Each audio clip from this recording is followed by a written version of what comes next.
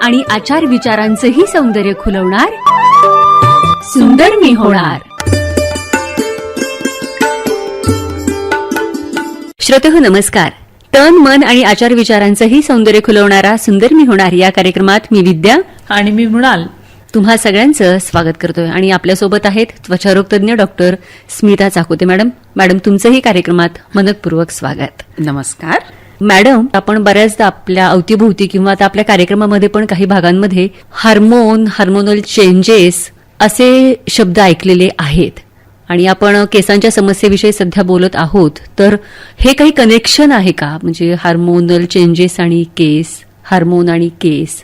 एखादी मुलगी जेव्हा वयात येते तेव्हा तिच्यात हार्मोन बदल होतात. हो. आणि मग तिच्या शरीरावर काखेत केस येतात, गुप्तांगावर केस येतात. म्हणजे हार्मोनचं कनेक्शन आहे की नाही? हो. सिंपल आहे. कारण हार्मोन हा केसांसोबत निगडीत नक्कीच आहे आणि त्यामुळे सुद्धा हार्मोन आणि हेअर लॉस हे कनेक्टेड आहे. आता फक्त हार्मोनच का, विटॅमिन्स आणि हेअर लॉस हे सुद्धा कॉमन आहे बरं का. बरं. पण ह्या दोन गोष्टी जर तुम्ही जाणून घेतल्या तर तुम्हाला नक्कीच कळून चुकेल की ओके मला ह्या वेळेस का केस गळती होतीये, किंवा माझं कदाचित हे विटॅमिन कमी झालं असेल म्हणून मला केस गळती होतीये का. तर ह्या विषय जर तुम्ही जाणून घेतलं तर नक्कीच तुम्हाला याचा खूप फायदा होणार आहे. नक्कीच. चला तर मग आपण जाणून घेऊया हार्मोन आणि केसांचा काय कनेक्शन आहे. आता साधारणपणे तुम्ही पुरुषांमध्ये केस गळतीची समस्या बघता, टक्कल पडते. तर ह्याच्यात आपला एक टेस्टोस्टेरॉन नावाचा जो हार्मोन असतो तो कन्वर्ट होतो डायहायड्रो टेस्टोस्टेरॉन म्हणून. आणि त्यामुळे पुरुषांचे ठराविक प्रमाणातले केस, म्हणजे पुढचे केस किंवा टाळूवरचे केस, हे जे केस फक्त हे हार्मोन कंट्रोलमध्ये असतात. साधारणपणे एखाद्या पुरुषाला टक्कल पडलेली दिसती ती तुम्हाला समोर आणि वर दिसते. मागच्या बाजूचे बऱ्याच लोकांचे केस व्यवस्थित असतात बरं का, कारण हे हार्मोन कंट्रोलमध्ये नसतात. म्हणजे हे लक्षात घ्या की ठराविक एरियामधले केस हार्मोन कंट्रोलमध्ये असतात, ठराविक केस हार्मोन कंट्रोलमध्ये नसतात सुद्धा. अशी एक मजा आहे. आता कुठले हार्मोन्स आहेत जे आपल्या केसांवर काम करतात. तर साधारणपणे स्त्रियांना केस लांब असतात किंवा पुरुषांपेक्षा तरी नक्कीच लांब असतात. तर स्त्रियांमध्ये नक्कीच केस वाढण्याचं प्रमाण जास्ती आहे पुरुषांपेक्षा. म्हणजे आपल्या स्त्रियांमध्ये प्रामुख्याने युस्ट्रोजन नावाचा जो हार्मोन असतो आणि प्रोजेस्ट्रॉन. तर ह्यात युस्ट्रोजन जो असतो तो केस वाढण्यासाठी खूप चांगलं काम करतो बरं का. त्यामुळे एखादी स्त्री जेव्हा तुम्ही बघता ती गर्भवती जेव्हा होते ना तेव्हा तिचे केस खूप छान होत असतात आणि डिलिव्हरी झाल्यानंतर साधारणपणे 3 ते 4 महिन्यात एकदम केस गळती व्हायला, ज्याला आपण म्हणतो बाळ हसायला लागले की केस गळतात. बरोबर. तर ह्याचं कारण आहे बरं का. म्हणजे जो युस्ट्रोजन जो एक्सेस झालेला असतो गर्भवती असताना तो सडनली शांत होतो, म्हणजे कमी होतो. आणि एकदम इस्ट्रोजन कमी झाल्यामुळे एक कारण. दुसरं, आता ते बाळ जन्मलंय तो स्ट्रेस असतो त्या स्त्रीला, शारीरिक प्रक्रियेतून ती जाते, प्लस जागरण होतो.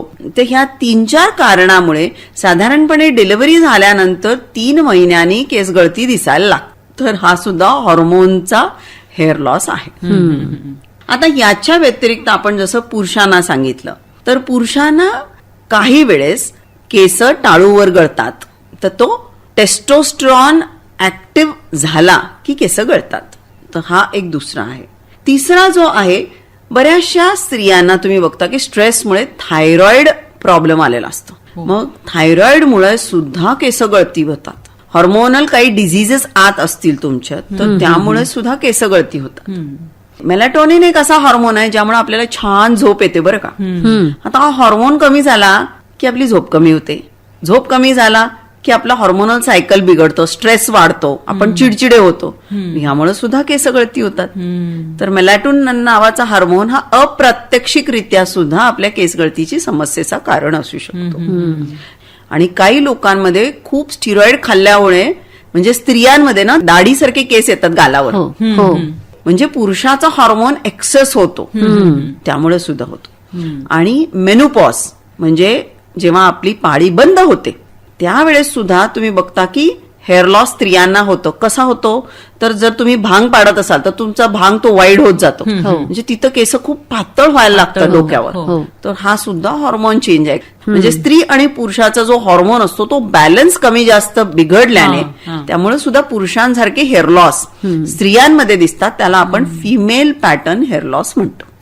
तर अशा प्रकारचे विविध हॉर्मोन्समुळे आपल्या केसामध्ये बरंच काही लोचा करून जातात बरं का. हो ना. म्हणतात ना हॉर्मोनल लोचावर लोचा, आहे. हो. हा लोचा होत असतो, तो केसांवर सुद्धा काम करतो.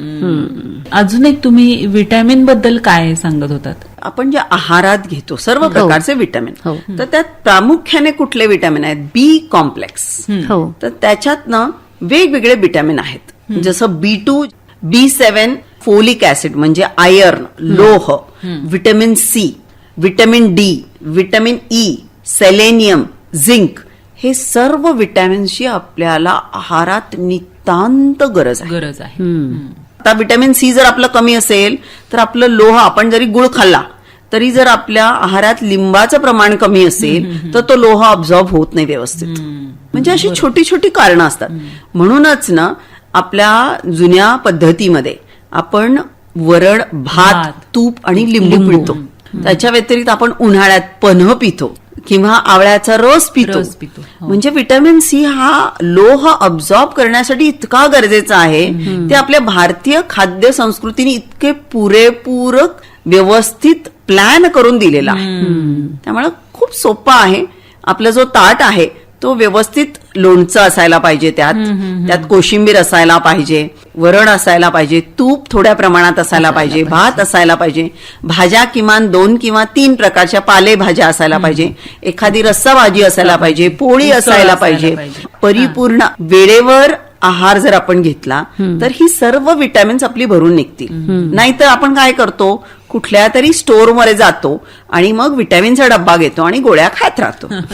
आता हे तुम्ही ठरवायचंय की तुम्ही गोळ्या खाऊन तुमचे विटॅमिन वाढवणार आहे की योग्य साधं परिपूर्ण आहार घेऊन तुम्ही तुमचं विटॅमिनची लेवल वाढवणार आहे. नक्कीच हा दुसरा पर्याय आपले श्रोते स्वीकारतील आणि त्यांनी तो स्वीकारावा ही आमची विनंती आहे. हो. आणि त्यांनी जर तो स्वीकारला तर ते नक्कीच म्हणतील सुंदर मी होणार.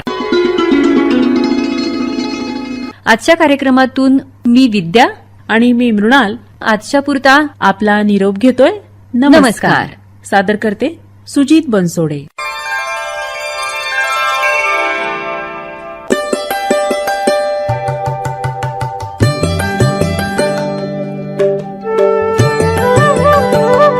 तन, मन आणि आचार विचारांचंही सौंदर्य खुलवणार सुंदर मी होणार.